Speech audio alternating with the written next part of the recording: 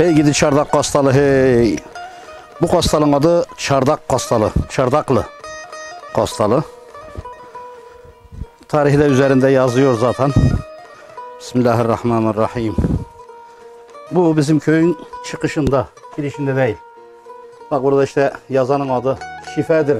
İç suyunu Muhammed Hüseyin Arab'a eyle dua ve valideynin cürmünü affeyle Mevla. Recep ayının ikisinde 1387'de Hicri olarak yapılmış bu pinyer. Kastal dedik biz. Çardak kastalı. Yaptıran da Muhammed Hüseyin Arap. Arap deyince şimdi burada yanlış anlamayın bizi. Bizde esmer insana Arap derlerdi. Oradan soyadı Arap kalmış adamın. Yani kendi Türktür, yaptıran Türkoğlu Türktür yani. Ama esmer olduğu için lakabı Arap kalmış soyadları. Bunlar yani Türkoğlu Türkler. Ben şu geçeyim.